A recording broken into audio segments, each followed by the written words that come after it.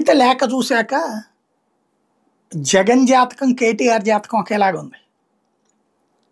జగన్ జాతకంలో చెల్లె గండం. ఇప్పుడు అక్కడ చెల్లె గండం కాబోతుందా? అలాగే కనబడుతుంది. ఇక్కడ ఈ చెల్లి జగన్తో సన్నిహితంగా ఉంటూనే సొంత పార్టీ పెట్టుకుని జగనన్నకి నేను ఇదే జగనన్న అక్కడ చూసుకుంటాను, నేను ఇక్కడ చూసుకుంటాను. చివరికి అక్కడ నష్టపోయాక అప్పుడు ఆంధ్రాలో కాంగ్రెస్లో చేరి అబ్బాయి కాంగ్రెస్ మీద మేము తిట్టినవన్నీ తప్పు, మా అన్నయ్య రాంగు చెప్తే నేను అది నమ్మేసేసాను, లేదు కాంగ్రెసే రైటు మా అన్నయ్యే రాంగు అంది. ఆ తర్వాత జగన్ మీద ఇప్పటికీ రోజు విరుచుకుపడతా ఉంటుంది.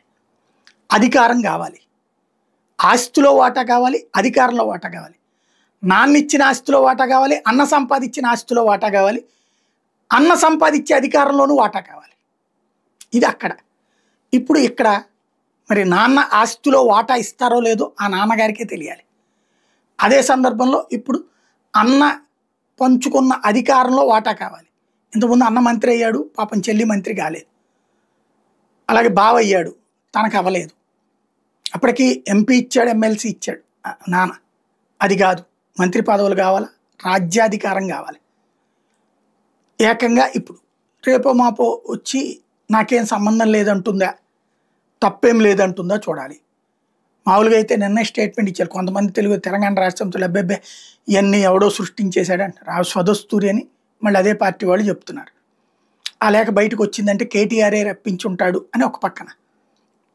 అదే సందర్భంలో కవితే బయటికి రిలీజ్ చేసింది ప్రచారం జరగకపోవడంతో అని మరొక ఇది.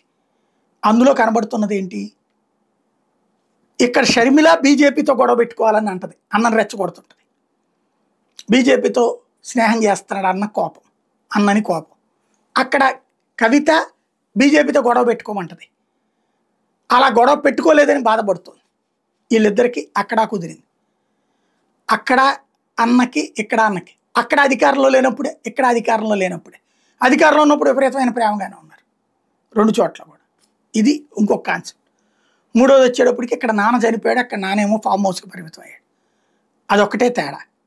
నాలుగోది వచ్చేటప్పటికి పవర్ మాంగరింగ్ అన్నటువంటిది మాత్రం చాలా స్పష్టంగా కనబడుతుంది. ఏం జరుగుతుందో చూడాలి.